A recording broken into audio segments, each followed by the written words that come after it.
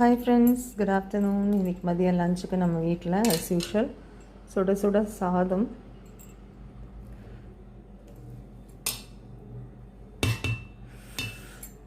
அதுக்கப்புறமா இன்றைக்கி மிளகு பொரிச்ச குழம்பு வச்சாங்க.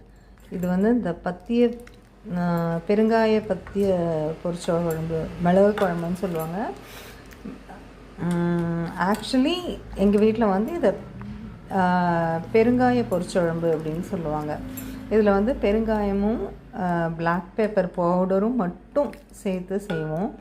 வேறு தேங்காயும் அந்த மாதிரி எந்த அரைப்பும் கிடையாது. இது இந்த டெலிவரி ஆனவங்களுக்கு செஞ்சு கொடுக்குற ஒரு விதமான பொரிச்ச குழம்பு. எல்லா காய், அவங்களுக்கு சேர்க்கக்கூடிய காய் எல்லாம் இதில் போட்டிருப்பாங்க.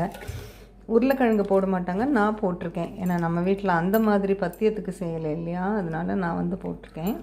இது மிளகு ஊட்டல்னு சொல்லுவாங்க. எங்கள் அம்மா சைடில் மிளகு ஊட்டல் சொல்லுவாங்க. எங்கள் அப்பா சைடில் இது பெருங்காய பொரிச்ச குழம்பு அப்படின்னு சொல்லுவாங்க. பெருங்காய பொரிச்ச குழம்பு அப்படி சொல்லுவாங்க. இதுக்கு காம்பினேஷன் வெள்ளரிக்காய் தயிர் பச்சடி. வெள்ளரிக்காய் தயிர் பச்சடி தான் செம்ம காம்பினேஷன். ஏன்னா இதில் இந்த பொரிச்ச குழம்புல கொஞ்சம் மிளகு எக்ஸஸாக போடுவோம். நல்ல காரமாக, அந்த உள்ளுக்குள்ளே நெஞ்சில் சளியெல்லாம் கட்டாதபடிக்கு காரம் இருக்கணும் அப்படிங்கிறதுனால அந்த ஃபுட்டு நல்ல காரமாக சுள்ளுன்னு இருக்கும். மிளகு காரம்தான் இருக்கும் அதில். மிளகும் பெருங்காயமும் தான் டாமினண்ட்டாக இருக்கும். அந்த மிளகு காரத்தை பேலன்ஸ் பண்ணுறதுக்கு இந்த வெள்ளரிக்காய் தயிர் பச்சடி. இதை பத்தியத்துக்கு சமைக்கும் போது பண்ணுவாங்களான்னு தெரியாது.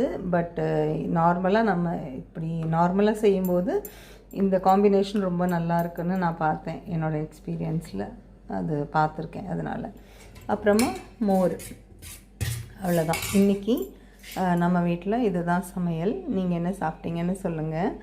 உங்களுக்கு இந்த ரெசிபி ஏற்கனவே நம்ம சேனலில் போட்டிருக்கோங்க.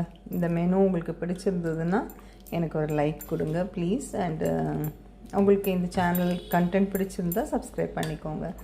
Thank you so much. அப்புறம் பார்க்கலாம். தேங்க்யூ.